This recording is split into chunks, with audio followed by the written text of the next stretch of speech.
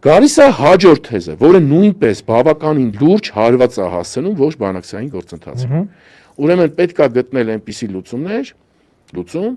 որը ընդունելի լինի Հայաստանի ժողովրդի, Ադրբեջանի ժողովրդի եւ Արցախի ժողովրդի համար։ Ուրեմն ինչ որ մարդիկ սրանց սկսում են ծափահարել, չպատկերացնելով սա իր հետ ինչ է բերում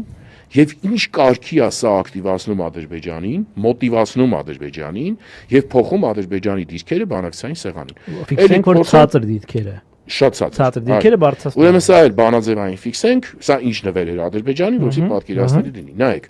իրավունքը սակարկելի չի։ Հստակ եմ ասում։ Այսինքն եթե կա ամրագրված իրավունք, ուրեմն իսկ Արցախահայության համար կա իրավունք, ինչպես նաև աշխարհի ցանկացած վայրում, դա մարդու իրավունքների բլոկի